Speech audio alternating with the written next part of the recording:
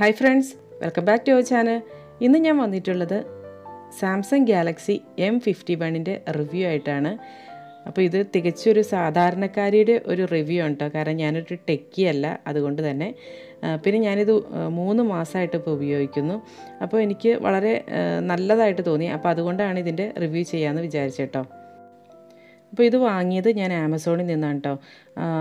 അപ്പോൾ ഇതിനകത്ത് ഡിസ്ക്രിപ്ഷൻ ബോക്സിൽ അതിൻ്റെ ലിങ്ക് കൊടുക്കാം.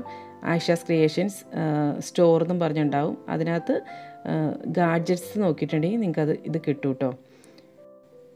അപ്പോൾ ഞാനിതിൻ്റെ കവറും അതുപോലെ സ്ക്രീൻ ഗാർഡൊക്കെ വാങ്ങിയതും ആമസോണിൽ നിന്ന് തന്നെയാണ് കേട്ടോ. പിന്നെ ഇതൊന്ന് തുറന്നു നോക്കാം. അതായത് ഇതിൻ്റെ അടപ്പ് വരുന്ന ഭാഗത്തായിട്ട് ഇതുപോലത്തെ ഒരു ബോക്സ് ഉണ്ട്. അതിനകത്ത് സിം ഇജക്ഷൻ പിന്നുണ്ട്. പിന്നെ അതുപോലെ തന്നെ കാറ്റലോഗ്, അതായത് users manual, quick start guide, regional log guide, പിന്നെ വാറണ്ടി കാർഡ്. അതായത് അതുപോലെ തന്നെ നമുക്ക് എടുത്തു വയ്ക്കാം കേട്ടോ. ഇതിനൊരു സ്റ്റാൻഡേർഡ് ബ്രാൻഡ് വാറണ്ടി ഉണ്ട്. അതുപോലെ ഇപ്പോൾ ആമസോണിൽ നിന്നൊക്കെയാണെങ്കിൽ EMI ഓപ്ഷനും പിന്നെ അതുപോലെ പേ ഓൺ ഡെലിവറി ഒക്കെ അവൈലബിൾ ആണ് കേട്ടോ.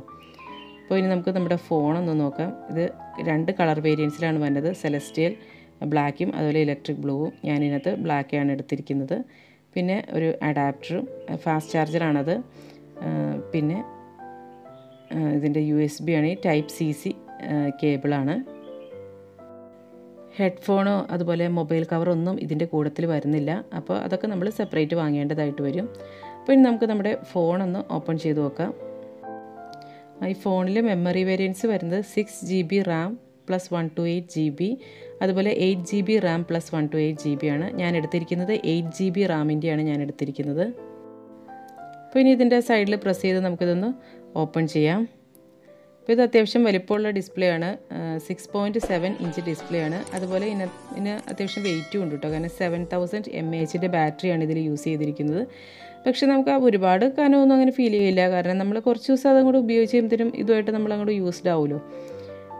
പിന്നെ ഇതിനകത്ത് കുറേ പ്രൈവസി കാര്യങ്ങളൊക്കെ ചോദിക്കുന്നുണ്ട്. അപ്പോൾ നമ്മൾ നെക്സ്റ്റ് അടിച്ച് അങ്ങോട്ട് പോയച്ചാൽ മതി. അപ്പോൾ നമുക്കിത് ഓപ്പണായി കിട്ടും.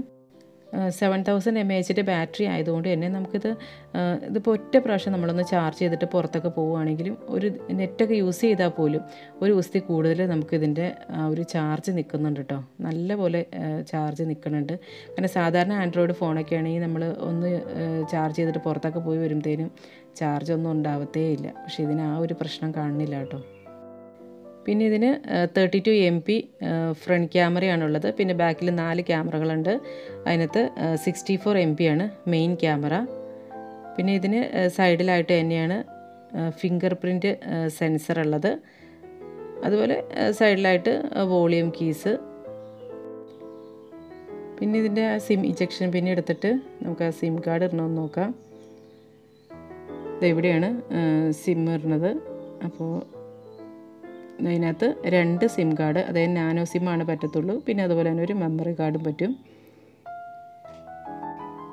അപ്പോൾ അതാ ഫോണൊക്കെ ഓപ്പണായി.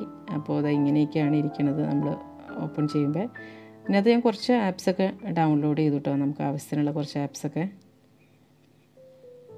പിന്നെ ഇതിനകത്ത് ഏറ്റവും വലിയൊരു പ്രത്യേകതയായിട്ട് എനിക്ക് തോന്നിയതുണ്ടല്ലോ, നമ്മൾക്ക് കോൾ ചെയ്യാൻ പറ്റും. അതായത് വൈഫൈ ഉണ്ടെങ്കിൽ നമുക്ക് നമ്മുടെ സാധാരണ ഫോൺ നമ്പറിലായിട്ട് തന്നെ നമുക്ക് ഫോൺ ചെയ്യാൻ പറ്റും. നമുക്ക് സാധാരണ വൈഫൈ ഉപയോഗിച്ച് എന്താ പറയുക, ഈ വാട്സപ്പ് കോളോ അങ്ങനെയൊക്കെയല്ലേ ചെയ്യാൻ പറ്റില്ല. സാധാരണ പോലെ തന്നെ കോൾ ചെയ്യാൻ പറ്റും കേട്ടോ. ഫോണിൽ പൈസയൊന്നും ഇല്ലെങ്കിലും കോൾ ചെയ്യാൻ പറ്റും. പിന്നെ ഫോട്ടോയൊക്കെ നല്ല രസമാണ് കേട്ടോ ഫോട്ടോയൊക്കെ എടുക്കാനായിട്ട്. അത് പിന്നെ സാംസങ് ഫോണിലെല്ലാം ഫോട്ടോ ക്ലാരിറ്റി പിന്നെ പറയേണ്ട ആവശ്യമില്ല. നല്ല ക്ലാരിറ്റിയാണ്. ഈ ഫോൺ ഉപയോഗിച്ചെടുത്ത കുറച്ച് ഫോട്ടോസാണ് കേട്ടോ. നല്ല ഭംഗിയുള്ള ഫോട്ടോസാണ് കിട്ടുന്നത്. പിന്നെ ഗെയിമിങ്ങിനൊക്കെ ആണെങ്കിലും വലിയ കുഴപ്പമില്ലാണ്ട് യൂസ് ചെയ്യാൻ പറ്റിയ ഒരു മൊബൈലാണ്. പിന്നെ ഇതിൻ്റെ കളറ് സെലസ്റ്റിയൽ ബ്ലാക്കിന് ഇലക്ട്രിക് ബ്ലൂവിനെ അപേക്ഷിച്ച് കുറച്ച് റേറ്റ് കൂടുതലാണ്. അപ്പോൾ നമുക്കിപ്പോൾ ഏത് ഉപയോഗിച്ചാലും കുഴപ്പമില്ല. നമ്മൾ കവർ ഇട്ടിട്ടല്ലേ ഉപയോഗിക്കുന്നത്. അപ്പോൾ ഞാൻ ഈ കവറിൻ്റെ ഉള്ളിൽ ഒരു ചെറിയൊരു മാഗ്നറ്റിക് പീസ് വയ്ക്കാറുണ്ട്. കാരണം കാറിൽ ഉപയോഗിക്കുമ്പോൾ ആ ഒരു മാഗ്നറ്റിൻ്റെ ഒരു ബോയോ എന്ന് പറഞ്ഞൊരു സംഭവം ഉണ്ടല്ലോ, അതിനകത്തേക്ക് അങ്ങോട്ട് കണക്ട് ചെയ്ത് വയ്ക്കാമല്ലോ. അപ്പോൾ അതിന് വേണ്ടിയിട്ട്. അപ്പോൾ അതാ ഇത്രയൊക്കെ ഉള്ളൂ. അപ്പോൾ ഈ വീഡിയോ നിങ്ങൾക്ക് യൂസ്ഫുൾ ആയെന്ന് വിചാരിക്കുന്നു. അപ്പോൾ നല്ലൊരു വീഡിയോയുമായി വീണ്ടും കാണാം. എല്ലാവർക്കും നല്ലൊരു ദിവസം ആശംസിക്കുന്നു. Thank you for watching Ayisha's creations.